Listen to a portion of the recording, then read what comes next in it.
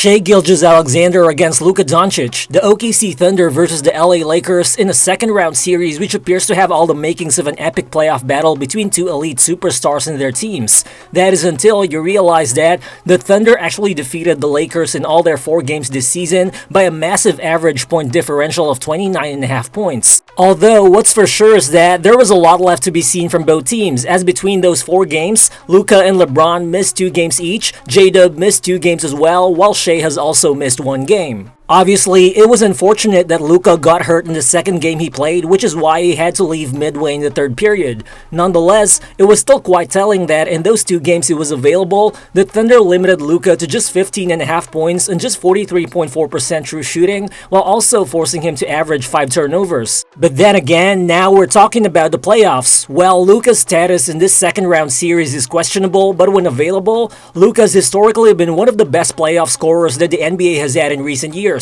LeBron, on the other hand, has seen a resurgence as a top option in the playoffs as he led this Lakers team in their first-round dominance of the Houston Rockets. Combine those with the question of J-Dub's health for the Thunder, and you might convince yourself that maybe there is a chance we could witness a version of the Lakers that could really challenge OKC this postseason. The only question is, will all of those even make a difference when the Lakers are still going to face Shai Gilgeous-Alexander, who right now is the most efficient, most clutch, and most consistent scoring guard on the planet?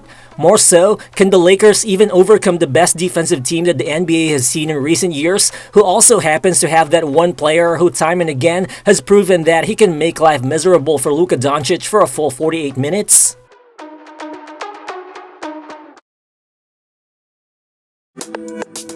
Lu Dort's individual defense against Luka Doncic has been a worthy storyline around the NBA the past few seasons, as no other player has shown this kind of elite pressure, agility, and screen navigation when guarding Luka Doncic. Going back since the 2023 to 2024 season, Lu Dort has defended Luka for a total of 437 possessions, wherein Dort has limited Luka to produce lower scoring and assist numbers, but with a higher turnover count than Luka's used to having. That is, despite the fact that Luka's true shooting remained solid at around 61% when defended by Dort. Well, obviously, Luka will drop buckets no matter what, but basically, what the numbers tell us is that Lu Dort just does a phenomenal job of limiting Luka's ability to create shots and volume, which forces Luka's teams to try and generate offense elsewhere. Well, this season, there was only 1 game wherein both Luka and Dort were available, but that 1 game alone showed a lot of the damage that this OKC defense can cause Luka, especially when Dort is acting as his primary defender. In the game's very first possession, you can see Dort face guarding Luka on the wing. Luka uses the off-ball screen from Ayton to curl into a lane, only for Dort to effectively funnel him right into Hartenstein. Meanwhile, Chet immediately closes into the paint to disrupt the potential lob to Ayton. Again here, the Lakers run another Luka pick and roll, and with Dort delayed by the screen, Ihart does a good job of committing to the ball, and as soon as Dort recovers, Luka has the same thing going for him. He tries to set up Ayton with the pass, but again, Chet is there in the paint to disrupt the big man, again leading to a Lakers turnover. This time, the Lakers try to counter by setting up an empty corner pick and roll for Luka. With nobody on the corner, it should be harder for Hartenstein to come up at the level of the ball. But with Dort staying aggressive, he effectively forces Luka baseline, and then again, Chet is right there in the paint to contain Ayton on the roll. Luka sees an opening and he makes the pass to LeBron on the weak side, but by the time LeBron finds LaRavia in the middle, OKC's defense is once again set up, with Chet effectively challenging the shot attempt in the paint. Well, the Lakers did what they can to neutralize Chet's impact by trying to force him out in the perimeter, and when they were able to get him switched on Luka, the Lakers cleared out, allowing Luka to get to work one-on-one, and he was able to draw a foul from Chet. But as always, the Thunder made adjustments. In this play, LeBron sets a screen to force Chet into a switch, but this time, Chet instead goes into a hedge. Luka makes the pass to LeBron for a supposed 2-on-1 advantage against Ihart in the lane, but watch Chet recover as he and Ihart take away the drop-off pass to Ayton. Again here, the Lakers try to get Chet on a switch, but watch Dort stick to Luka's hip while Chet crowds the airspace in front of him. Luka's essentially trapped, but he chooses to force the drive, and against Dort's pressure, Luka just loses the ball out of bounds. But then, it's not just Lu Dort who can force Luka into those bad situations in the perimeter. In the first game Luka played against the Thunder this season when Dort was out, it was Cason Wallace who was trusted to be Luka's primary defender. And with Wallace being pretty much a duplicate of Dort, the results were actually very similar. Here, early in the game, Luka tries to take advantage of Wallace's smaller frame by backing him up in the post, but with Wallace's balance and strength, he stands his ground without fouling as Luka's forced into an awkward floater.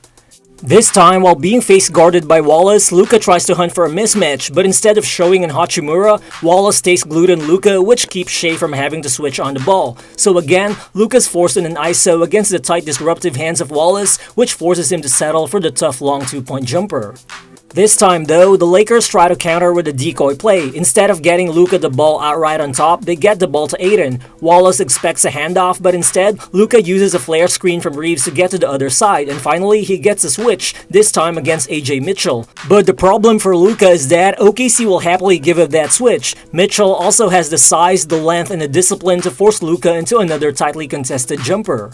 But then again, you can always expect the Lakers to keep trying to get Chet on that switch. It's the most favorable matchup Luka will take, which at the same time keeps Chet away from the paint.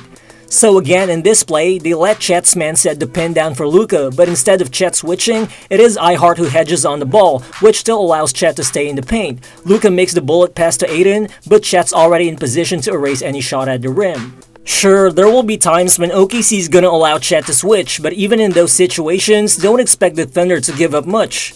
Here, as Luka ISOs against Chet, watch how Mitchell and Wallace make sure to plug the driving gaps while Ihart stays around the rim. So without any space to attack downhill, Chet is able to force Luka to settle into another contested jumper.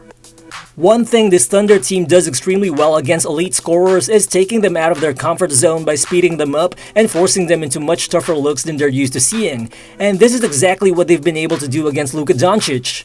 Take this play for example. You can see Luka attacking an early offense, but instead of taking a simple step back after creating separation, he tries to fake Shai off to bait him into a foul, which leads to a missed jumper. This time, Luka uses the screen to get into the handoff. Dort is right into his hip, which would typically allow Luka to drive into the gaps, but the pressure from Dort forces Luka to settle for the contested three-pointer. Even here, when Luka is able to use the screen to get separation from Wallace, instead of attacking the lane, Luka allows Kaysen to recover while again settling for the tough three-point shot. Well, for sure, if there's any one player who can make those kinds of tough shots, it's definitely Luka. But again, the problem is how the Thunder are able to force him into volatile shot selections. Obviously, OKC's strategy against the Lakers was to keep Luka as far away from the basket as possible because the Lakers' offense is so heavily reliant on Luka getting deep paint touches, which collapses the defense, and in turn opens up shots for his teammates. Well, looking at it, since joining the Lakers last season, Luka's averaged 9.1 paint field goal attempts per game, 2.6 long mid-range shot attempts per game, 10.7 three-point attempts per game, and almost 10 free throw attempts per game. But in 4 games against OKC as a Laker, Luka's number of shot attempts in the paint have decreased, which as a result has also limited his free throw opportunities, while the Thunder have instead forced him into taking more long two-pointers and three-point shot attempts. Basically, by keeping Luka out of the paint, the Thunder have forced LA to change their main point of attack, which has allowed the Thunder to take away what makes the Lakers' offense hard to defend in the first place. So what now for the Lakers? Well, one thing they might do is obviously to try and run more offense through Austin Reeves, who just like Luka thrives in the pick and roll with his shooting ability and his downhill attack. The problem is, Reeves doesn't have the size and the elite decision making that Luka has, making him unable to punish drop coverages the way Luka does.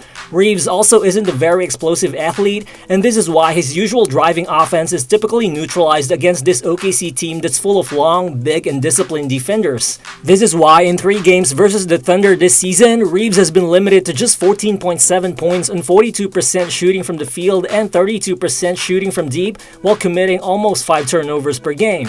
In the end, especially if Luka doesn't end up fully healthy for this series against the Thunder, the Lakers would just have to rely on a LeBron James offense the same way they did in the first round. Well, the thing is, in the 2 games he played versus OKC this season, we've seen very little from LeBron as an initiator, but obviously he will be guarded much differently by the Thunder because first off, LeBron's not really a consistent pull-up shooting threat, which means OKC won't need to have their bigs pulled away from the paint when guarding a LeBron pick and roll. LeBron has also lost a ton of burst over the years, so it is expected that the Thunder can play him one-on-one most of the time, as long as they stay aggressive on the gaps to limit him when he tries to turn the corner on the drive. But still, expect the Lakers to try and take advantage of LeBron's strength. They will definitely try to hunt for mismatches by setting him up via off-ball screens or handoffs, and they were able to do this against OKC during the regular season, although in very little volume, wherein LeBron was able to drain some mid-range jumpers against smaller defenders like Caruso or Cason Wallace. But again, the Thunder would gladly give up those types of contested jumpers from LeBron instead of them allowing him to drive his way into higher percentage shots near the basket. Well, if LeBron gets the ball in post-up situations, I don't really expect the Thunder to double, especially when it's either J-Dub or Dort who's guarding him, again, provided they play the gaps really well.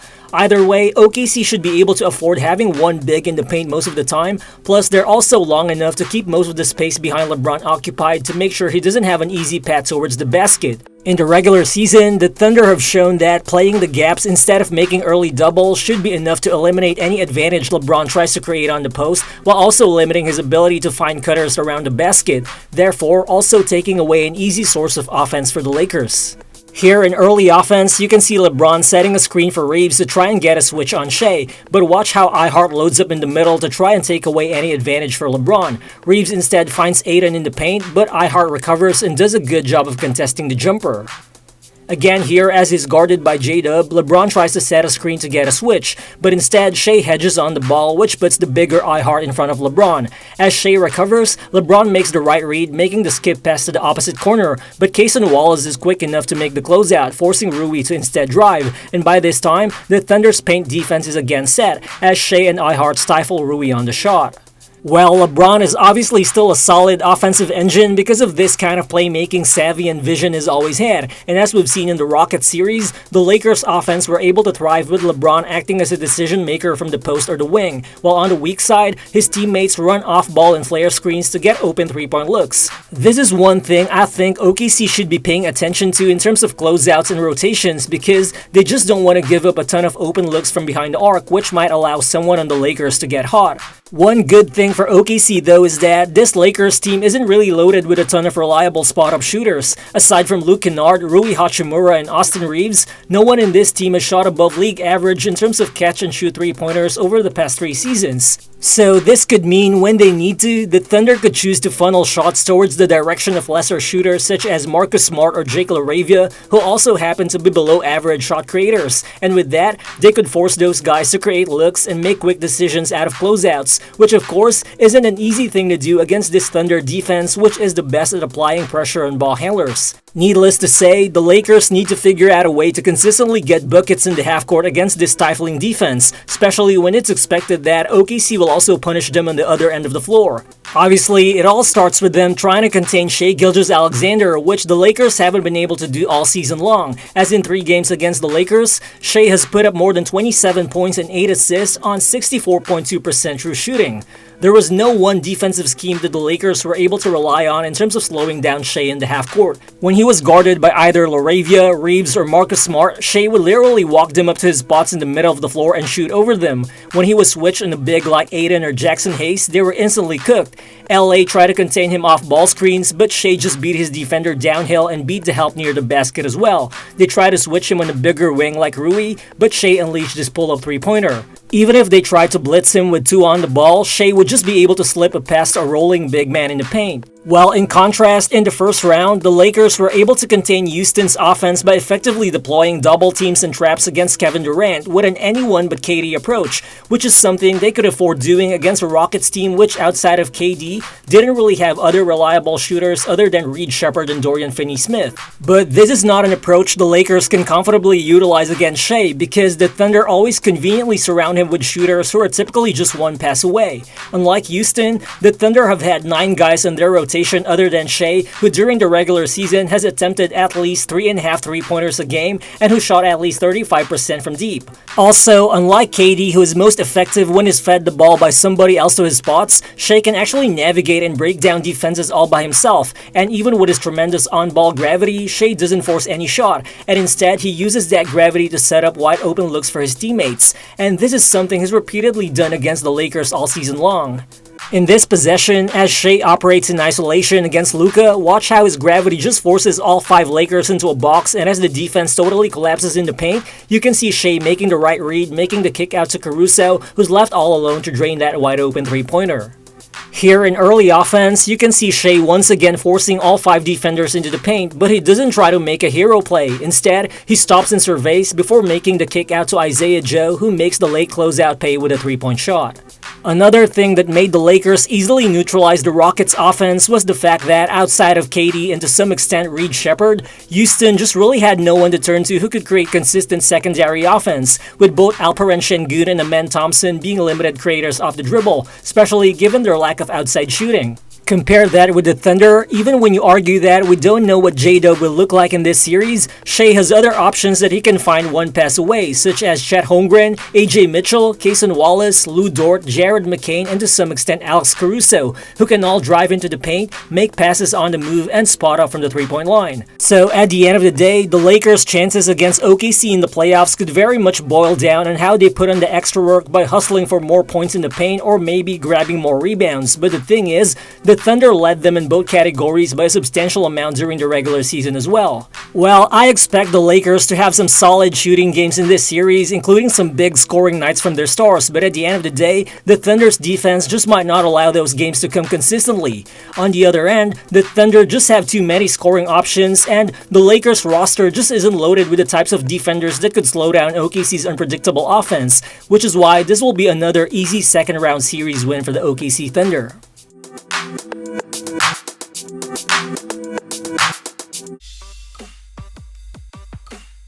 Thank you guys if you've actually made it this far into the video, but don't forget to drop your series thoughts and predictions in the comment section below. And again, if you're new to the channel, please consider subscribing as well. Again, this has been Real Balls, and I'll see you on the next one. Peace.